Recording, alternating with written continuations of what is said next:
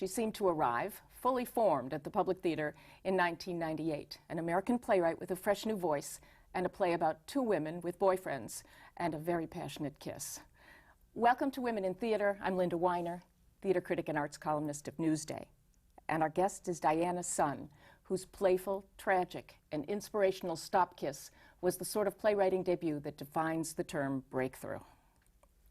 Now, you didn't arrive fully formed, did you?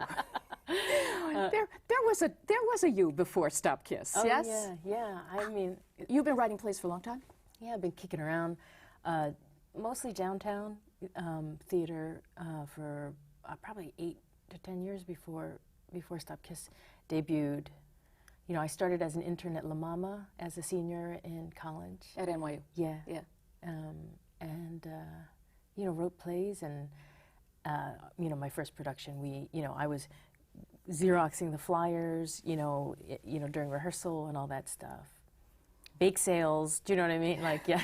So was the success of Stop Kiss surprising? Did it catch you off guard, or did you think this is my big moment? Big moment. I mean, in some ways, the kind of great thing about theater is that things happen.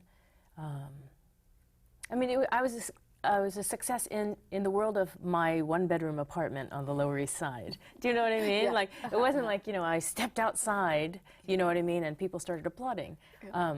But there was, wonderful, phone calls of congratulations, from friends and colleagues all day, which was great. Yeah, the reviews were wonderful. Yeah, I was very grateful, very grateful for some really insightful reviews. And but the great kind of irony which is absolutely true, is that, while everyone was calling me the night after Stop Kiss opened to tell me congratulations, this is fantastic, your career is going to change, and I thought, do you want to know what I'm doing right now? I was writing Star Trek trivia questions for the Sci-Fi Channel website, because it's a freelance job that I had taken while Stop Kiss was in rehearsal, and I had fallen behind, and so I had to finish my work. It's a deadline. Yeah. Oh, God. Yeah. So the Star Trek got its trivia questions? Yeah, finally, at the end of that day. And could you stop doing that then? Stop trivia? Yes. Yeah? Yeah. That was the end of your career at Sci-Fi Channel? Yeah. I mean, that was a freelance job, but it was the end of me having to do copy editing, proofreading, waitressing, temping, all that stuff that I did. Stop Kiss is a play that I can remember as if I saw it yesterday. About these two women who didn't really know each other, and they talk to each other when they make friends. They talk the way women do when they know the other one is getting their subtext. They started to talk in shorthand almost immediately. Yeah. And could you talk a little bit about what happens next? Well, okay, so, and then the next scene, actually, that you see is one of the characters, Callie, being interviewed by a detective, and she is in a very sort of shattered emotional state, and what we discover is that there has been an attack, a violent attack, and that the other person is in serious trouble and has been grievously injured. And it was a gay bashing incident. Yeah. For these two women who, before that night, didn't know they were gay, or maybe aren't, but did have this kiss. Yes. And the horrible irony of it is that they happened to have a kiss in the middle of the night out on the street, and someone beat up one of the women. Yeah, that's right. That somehow in the privacy of the apartment, because it was for both of them the first time they were attracted to women, that somehow the privacy of the apartment was too loaded, it was too terrifying. So the kiss couldn't ever happen, in solitude, and it was just this one night when they were trying to, they stopped in on a lesbian bar, and that was totally not happening for them, and so they were walking home and just trying to extend the night. Please, somebody do something tonight, and they finally, the least likely of the two women, Callie, does, for the first time show initiative and show courage, and kiss Sarah. And unfortunately that led to the attack. And then suddenly they're identified as lesbians in a gay bashing incident, which surprised their boyfriends. Yeah, well. Identity is a big part of most of your work, if not all. The difference between how people perceive you and how you think about yourself. Yeah, how did you, when did you begin to realize that that was a theme? Somebody else called it to my attention probably after my second play or third play, you know, because I also wrote a lot of short plays, you know, in between my full lengths. I think Stop Kiss is my third or fourth full length. It depends how many I'm disowning at the time. Your ex plays. Yeah, yeah. I like ex plays. This is great. Yeah, that's Kia I have to credit my friend Kia Korthra. But what was I saying?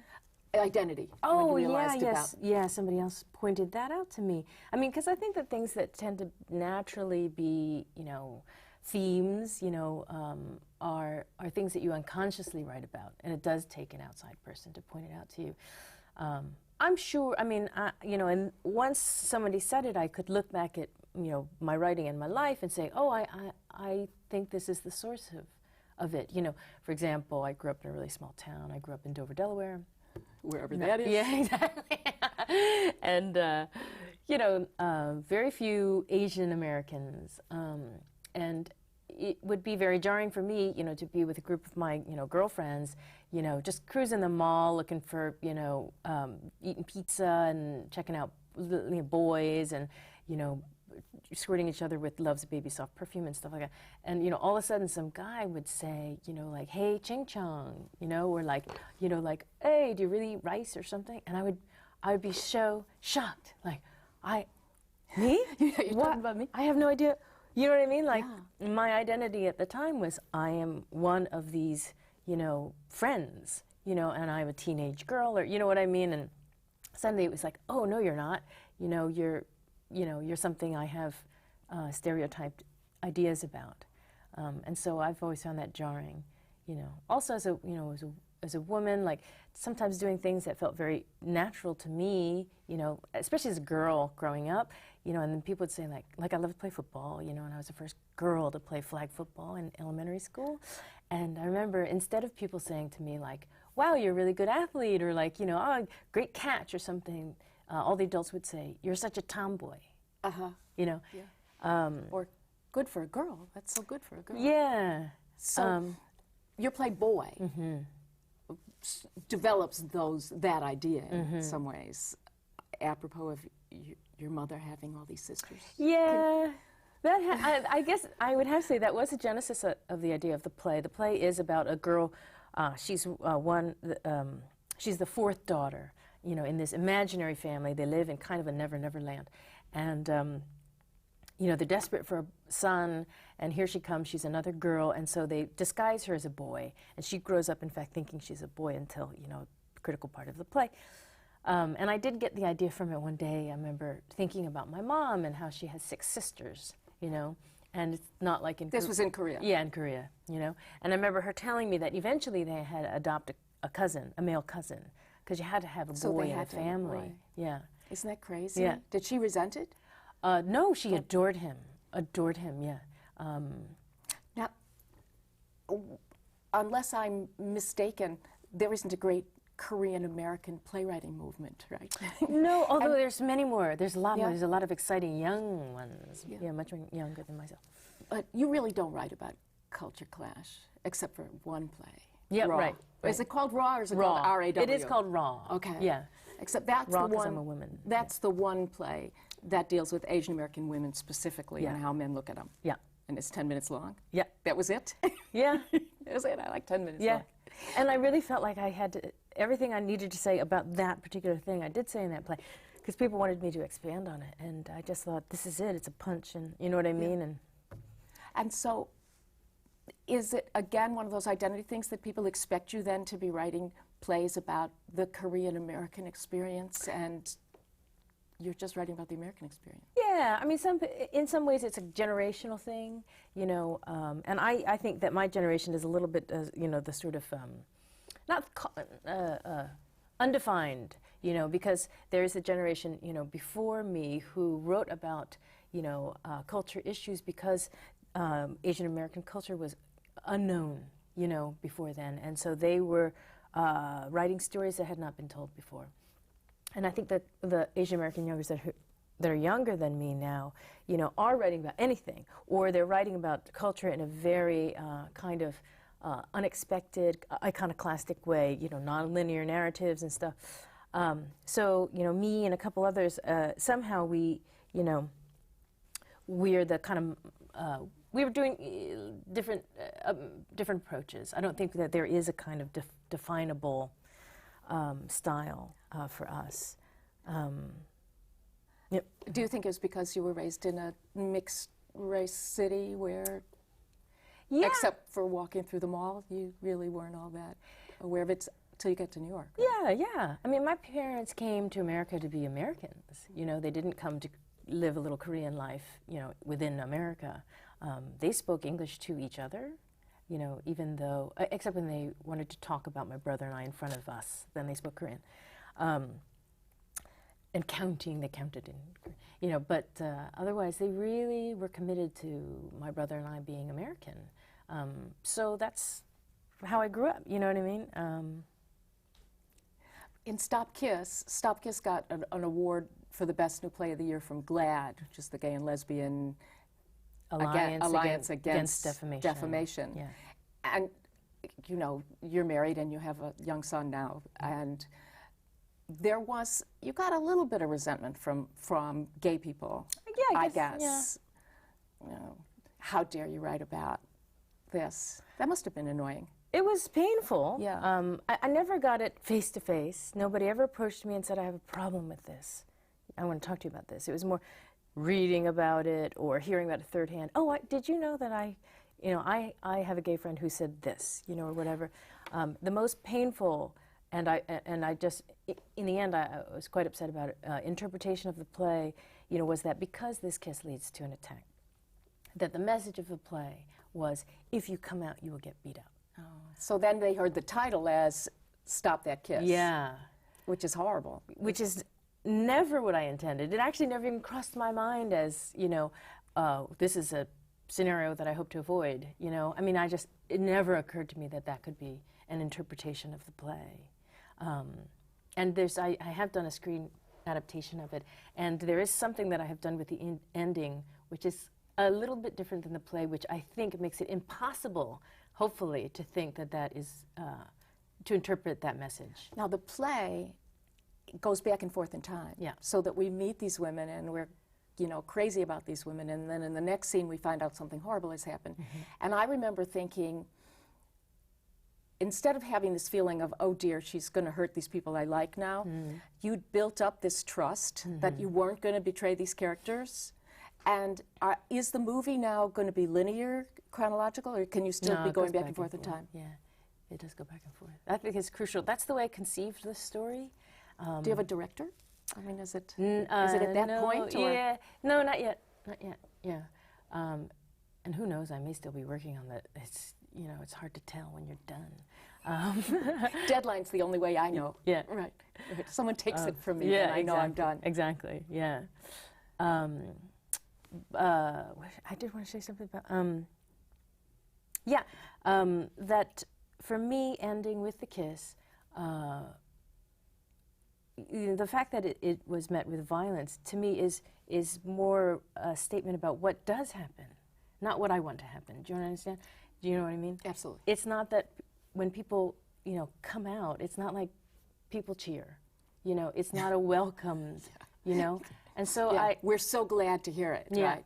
Yeah. I wanted it to be much more reflective to the audience, to sort of identify for themselves in what way they may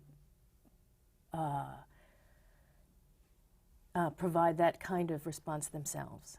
Now, Now you wrote this as a screenplay. Now you, like so many playwrights I've been talking to, it seems that you have to have a life in LA and a life in New York now. So you live in LA and you live always here, not in LA anymore. Yeah. Okay. Now you were writing for The West Wing? Yes. For a year. You look like you shivered. No, right. No. It was, you know, it's writing for TV is in some ways a very a natural progression for a playwright, because TV is, at least more so than film, the writer can be a powerful person, you know, a producer in a producer position. And it happens right away, too. It's more real time in some ways. You do it, you write it and it gets on, as opposed to waiting for 2 years. Oh, exactly, exactly, yeah. You can write, you know, an episode and it'll be on in 2 months. Also, you know, in TV you can achieve things through dialogue. Whereas in screenwriting, it's always, let me see it, you know what I mean? So I did do that, but you know, I don't thrive in LA. I really felt, I mean, it's the car, you know. When you live your life, you know, basically the only people you ever interact with are people who are in your home, and then the people who are at your job, you know, and in between maybe people who you arrange to see. You meet a friend at a restaurant or, you know, at a cafe or something. But you just, I don't know if in New York you take for granted, like, how much of life you experience peripherally, you know, walking down the street. I just felt like I'm not alive as a writer, you know, if I'm just in my car singing to CDs, you know, instead of, you know, seeing, you know, what looks like an argument in the street and just passing it by and hearing maybe a snippet, you know, of something somebody said and wondering, I wonder what's going on there, you know, and I could spend the, you know, another 3 hours or 3 weeks thinking about that, you know, or even just coming to getting the subway here, I saw somebody kind of being kicked out of a cafe and them shutting the door, and he, you know, he was causing a fuss, and you know, that's life. You get to see life. Yeah, there's when they call it street life, that's what they mean. Yeah. Right? But when you were in LA, was that also when you were playwright in residence at the Taper? Yes. Or those were simultaneous Yes. things? Whoa, what a It worked interesting year. Yeah, yeah. So you have said that you can't make money, you can't make a living as a playwright. You have to have a day job. You have to. And so that's what the TV is? Yeah. I mean, or else you have to have rich parents. Yeah, or, you know, or a rich spouse, or, you know, or something. And, you know, for those of us, you know, who don't, you know, come from wealthy parents and don't marry into wealth, you know, it's like, I can't, you know, as a playwright, even with Stop Kiss, like, after that, you know, I think what people don't understand is when the play closes, you know, which for me was, luckily enough, was 4 months later, but I have no income after that, you know, because the playwright gets a percentage of the box office, but that's it. Nobody's paying me, you know, except the audience. So as soon as there's no audience, I have no income. You know what I mean? Then you get commissions, though, yeah, from theater, but those are... You know, I mean, trying to live off a commission is basically I should be a barista at Starbucks. Wow. Do you know, it's really... When people, you know, talk about, like, you know, selling out or whatever, like, I don't think people really know how little you make as a playwright. It's so discouraging. Oh, well, you know, but on the other hand... But you have plays now in the works for Seattle? Seattle Rep, the Public. The Public. And the Public, yeah. And one's called Siberia? Siberia, that's what I'm developing for Seattle. And what's that about? Oh, well, it is kind of, it's about race, but in a different way. It's, how do I describe it? It's an office situation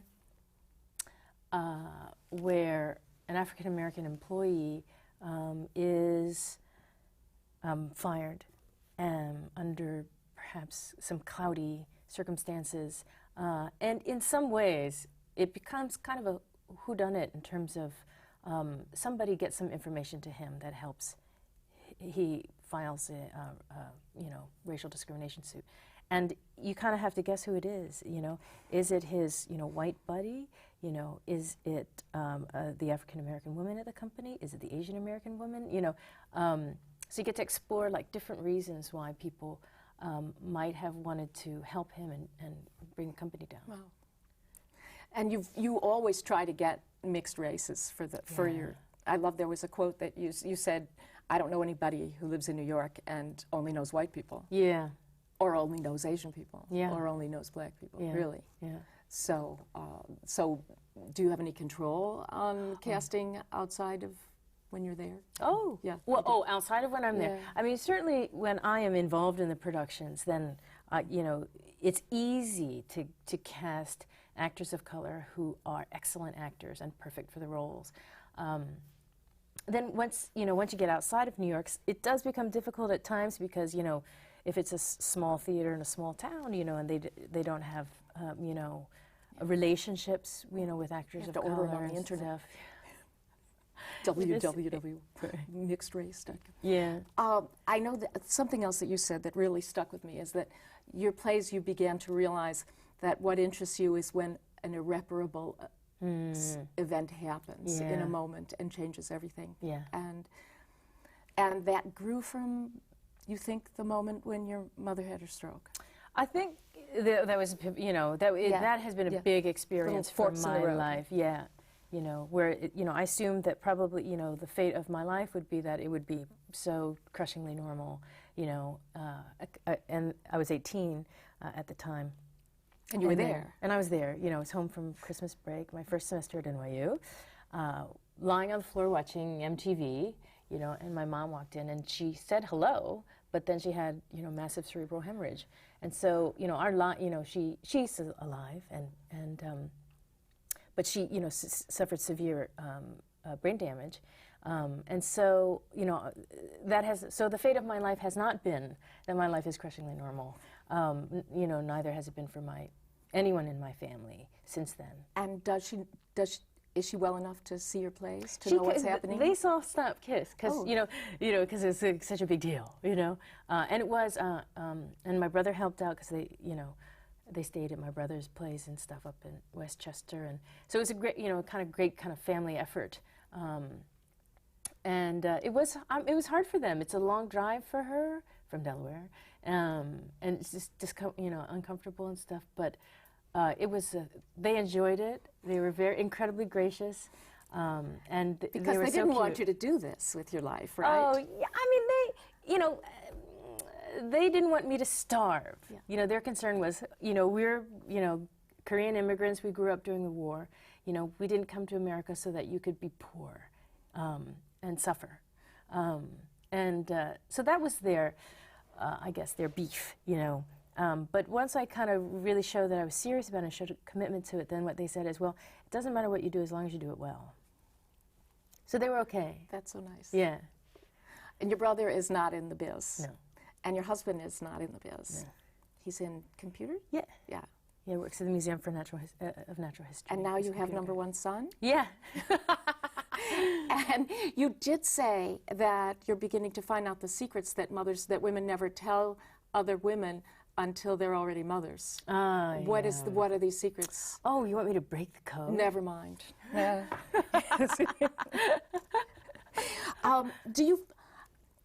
There are Asian American companies, theater companies, and Jewish companies, and black companies, and Puerto Rican companies. And is this a good thing, or does it help or hurt? And women's companies? Oh, well, I can't. It's hard to say. Hurt. I mean, I have never participated in one. You know, in an Asian American theater company.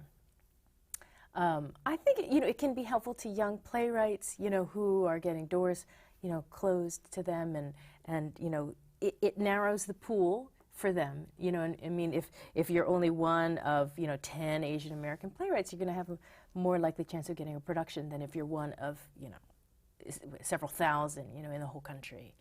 So in that way, it can be helpful. I think it's a playwright's preference in terms of how they want to be identified. And I've always just wanted to be a playwright, American playwright. Yeah. Yeah. Yeah. You said one time that when they check, you know, they have check black, white, or other, and that you always have to check other, except if there's something about race, and then black people think you're white. Yeah. This is so fascinating. It's nothing I ever really thought about, but.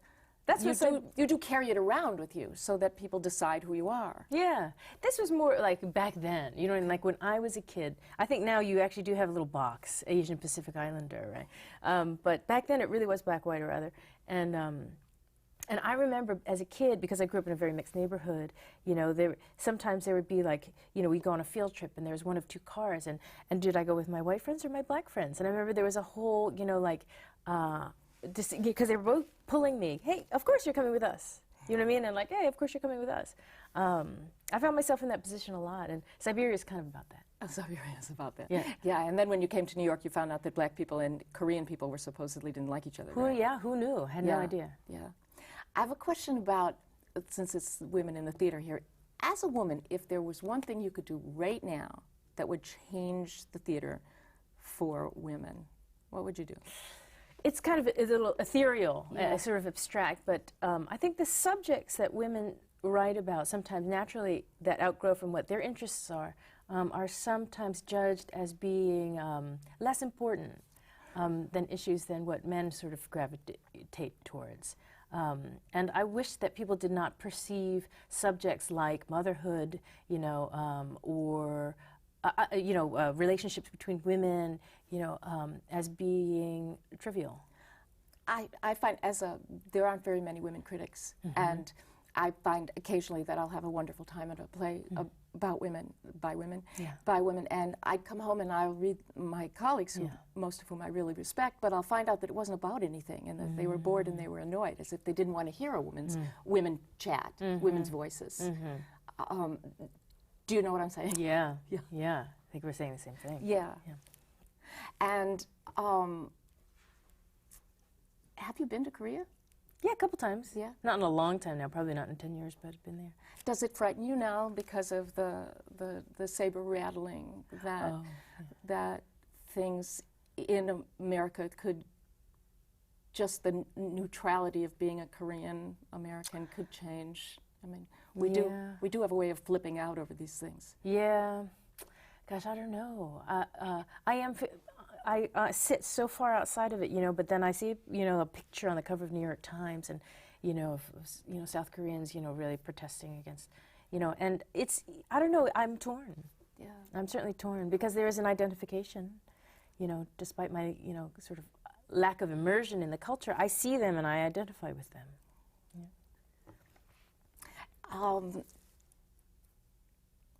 When you said that you had been working on something with the taper, which play was that then? It was a play called Gold. Did you know Stephen Sondheim actually changed his musical? It's no longer called Gold, but yes. I was looking for an excuse to change it from Gold to something else. I feel certain there's got to be a better title for this piece. But I am still working on it. It's one of those things. It does ultimately actually deal with the role between being a daughter of a mother who has a stroke, and then being being an adult daughter, but then also becoming a mother. And I actually wrote the play when I was pregnant, and I feel that I need to relook at it now that I'm 2 years into actually being a mother. Thank you so much. I hate cutting you off. No, here, it's but okay. we have to do this again. Okay. Yes. Thank you so much for being here. Thank you. Diana's son. And thank you for joining us. On behalf of the League of Professional Theater Women, I'm Linda Weiner, and this has been Women in Theater.